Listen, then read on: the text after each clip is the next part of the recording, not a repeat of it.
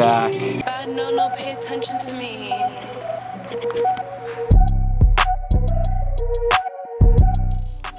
Good to see you again. Good to see you again. You want to tell everyone where we are? Right now we are in Sydney, Australia. Pretty crazy to be here right now together. Can't believe we're here. How was 2024 overall for you? 2024 was great, man. It was good to spend it with you, and I think we developed a lot of our work this year together and with Canary, and having 2 solid releases under my belt and being a part of that, and the shows that we were able to participate in, and the parties that we were able to throw, and the events we were able to be a part of, and that in itself, and then Oswald forming the band and doing all the things we did there, and going on the road and getting albums done, and all the new people that I got to meet this year, bro. So obviously in Sydney, but you got to travel to a bunch of places this year. We got to travel to different places together.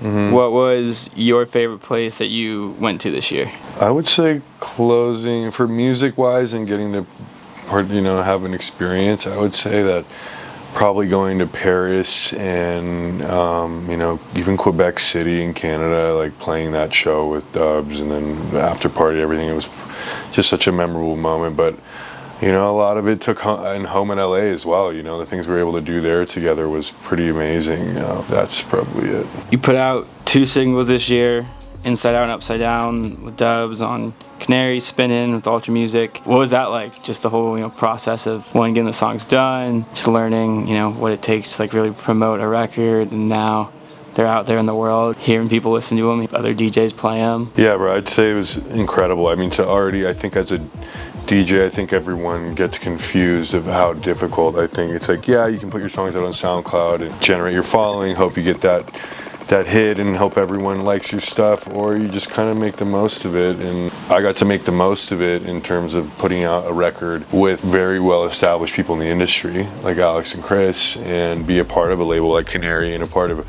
a group of upcoming artists. And to all of us kind of go through the tribes and tribulations of what labels go through and getting things to work. It's like, for example, the fact that I got to put out Inside Out here top of the year on Spinnin', which has been a dream of mine since as long as I could think about a 4 on the floor kick, mm-hmm. and since I've been a kid, and what that meant to me. And then being able to then close out the year with Upside Down on Ultra was just another, dreams do come true, and mm-hmm. It's always about where you're at. It's always perspective. Like, the old me would see that as a dream. Now it's like, of course I want more. Of course I want to continue to grow, and I know what it takes now that I have these things and that I've been granted this opportunity and having this music out there. But it was a lot, man. Inside Out was amazing. It was like, shot a video right off the whim, running gun, and did what we did, and added value to that, and had a great team and relationships that were developed, like Alva from Spinnin', who has been extremely implemental and vocal and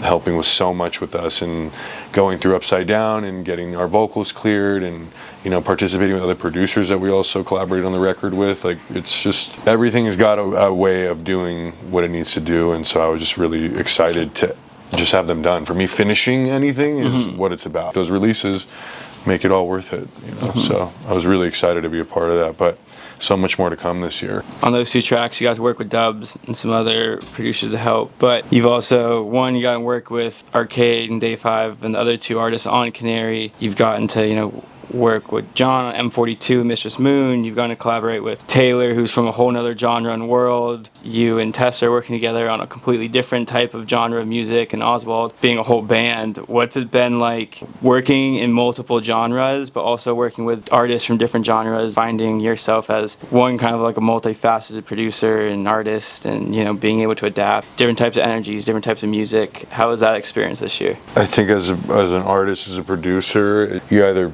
love one thing or you explore many different things. And for me, I think it's been so beneficial for me in terms of keeping my taste open and always keeping my ears alive. Working with my girlfriend, with Tessa, has been amazing, and to have chemistry in itself in so many different ways, and for it to be able to be translated through music and have that has been an incredible experience for me. I've never had that before. And working with Oswald, guys who are like my brothers who I've known a long time, has been an incredible experience together. Again, like all relationships they all go the same way. It's all about communication, all about finding a way to help each other feel comfortable enough to express ourselves. And I feel like, you know, again, with Taylor, with the projects I'm working on with him, yet to be a name yet, but, you know, what an incredible experience to be able to work with so many talented artists, I feel like, and even John, and people in my life that I've worked with in different areas and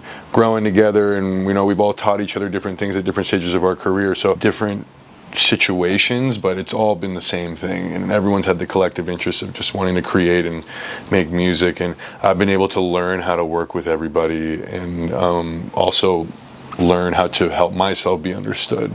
Do you have a favorite piece of music you released this year, and then do you have a favorite piece of music that might not be out yet that, you know, people will hopefully get to hear this year? What I was really excited this year to release was Upside Down. As my solo artist work is about Nono, I love that because I'm just a huge Diana Ross fan, and to be a part of an interpolation like that and have that be expressed through dance music and have people really understand, it was kind of like that first song that really just kept pushing all year and like kept previewing. Like, I'm like, is this what I think it is or what we think it is? And it ended up just really being an exciting thing to be a part of, and I haven't even played it out too much yet, and so I'm excited to like have the year to do that and really connect with people. And so yeah, I'd say that, and then a lot of the Oswald stuff, I would say Scrooge is something that I love to play live, and you know, it was a great thing to put out last year.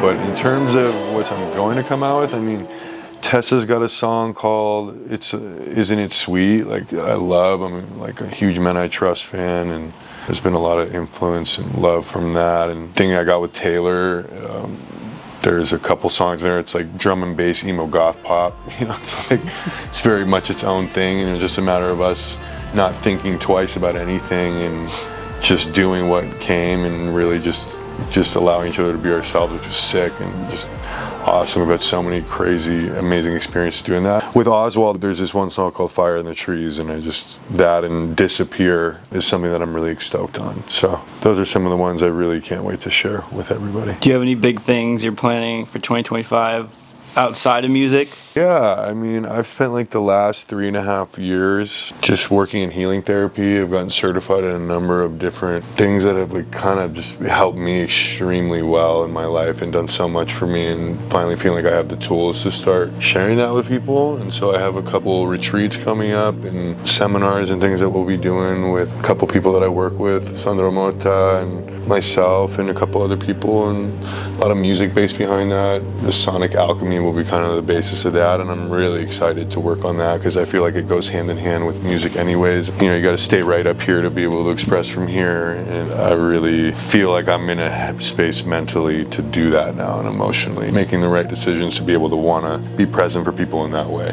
What are you most proud of personally from this past year? Personally, I'm proud of just continuing to believe in the things that I do. I think that's the hardest part. I think just sticking to what you want to do and what you say you're going to do, and to just continue to push on. And like, this isn't over yet. You know? So I feel so excited to feel excited. I'm proud of the things I've been able to do with the people around me and grow into the person I am right now. That's really what matters. End of this year, you took a little time off towards the end, and you said you did a lot of breath work. Just how's that been feeling, you know, getting to recharge to come into 2025? It was good, you know, like we're on the road all year, and I kind of calmed down towards the end of summer after we got back from Paris. And, you know, you're like so stimulated all the time, so it was a lot for me to get back down to earth. I really have had a lot of time away from my family this year, so it was nice to regroup and got to travel with my mother, experience some places I've always dreamed of going, and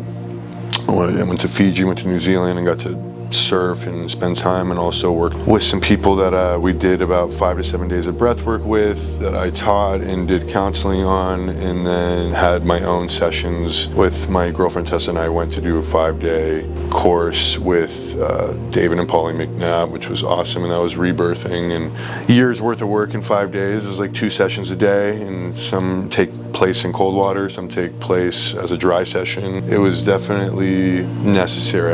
I kept saying to myself, I want to start this year just feeling free of whatever's restricting me in my life. And so it was just nice to take some time. You know, I did that, and then after that I was in Hamilton, like a farm town in New Zealand, and then took like an hour away, went an hour away to this place called Taronga, and went and stayed in this like yurt for 5 days off grid on a deer farm. So it was epic. It's nice to just reflect. But on top of all that, as amazing as that was, to get woken up to what happened in LA, to my home, our home, and where we're from, and not even be able to go back and feel helpless and all that. It was hard to be integrating and like reflect on life, and when that was all going down, it's sad to see so many people that I care about and love and the rest of the LA community suffer, and which is why we're here. We don't really trying to figure out the next step of what to do. So I feel grateful to have started the year that way, so that I can have the tools to help myself and help others through this really hard time, and continue to figure out how to come from a place of love right now, And so I'm excited to just continue to share these things with the people around me, and I hope that the people that get to know my music and people I work with, and why we're doing this is to share that message, is to share that love. And I've always been the fun up and party guy, as you see, and I'm on stage and I'm having a great time, but I also do care about what I'm doing more than ever. And so I want that to be known, and I want to be able to keep that headspace and have a good fucking time while we're doing it, Hell yeah. That's all I got for you. Anything else you want to say? Noakes. Wear your Noakes.